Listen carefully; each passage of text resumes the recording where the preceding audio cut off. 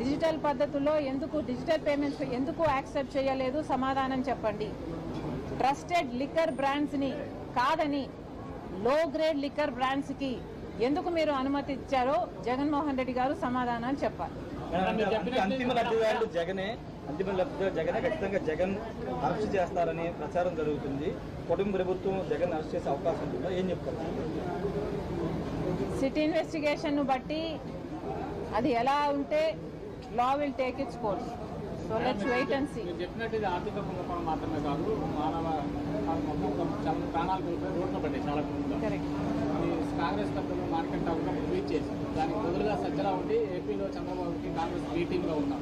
ఏం చెప్తారు? ఏమన్నారు? ఏపీలో కాంగ్రెస్ చంద్రబాబుకి బీ టీమ్ గా ఉన్నాం. కూటమికి బీ టీమ్ గా ఉంది. మళ్ళీ చెప్తున్నాము, కాంగ్రెస్ పార్టీ ఎవ్వరికి బీపీగా ఉండాల్సిన అవసరం లేదు, ముమ్మాటికి లేదు. ఇంకేమైనా మాట్లాడితే జగన్మోహన్ రెడ్డి గారే ఇంకా మోడీకి దత్తపుత్రుడిగా ఉన్నారు. ఏ బీజేపీకి అయితే రాజశేఖర రెడ్డి గారు అంతగా వ్యతిరేకించారో అది ఒక మతతత్వ పార్టీ అని, అదే బీజేపీ పార్టీకి, అదే మోడీ గారికి జగన్మోహన్ రెడ్డి గారు దత్తపుత్రుడిగా ఉన్నారు. 5 సంవత్సరాలు దత్తపుత్రుడిగా ఉన్నారు.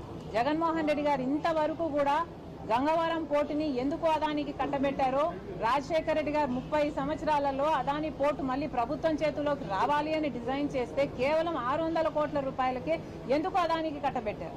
జగన్మోహన్ రెడ్డి గారి దగ్గర ఇంతవరకు సమాధానం లేదు. ఇప్పటి వరకు కూడా బీజేపీకి ప్రతి బిల్లులో మద్దతు ఇస్తూనే వచ్చారు. అధికారంలో ఉండంగా అక్రమ పొత్తు పెట్టుకున్నారు.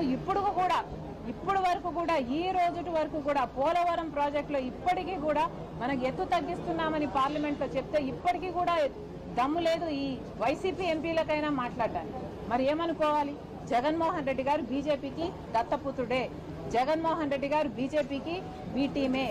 బీజేపీ అంటే ఎక్కడో ఏదో లేదు, మన ఆంధ్ర రాష్ట్రంలో బాబు, జగన్, పవన్ వీళ్ళే బీజేపీ. Thank you.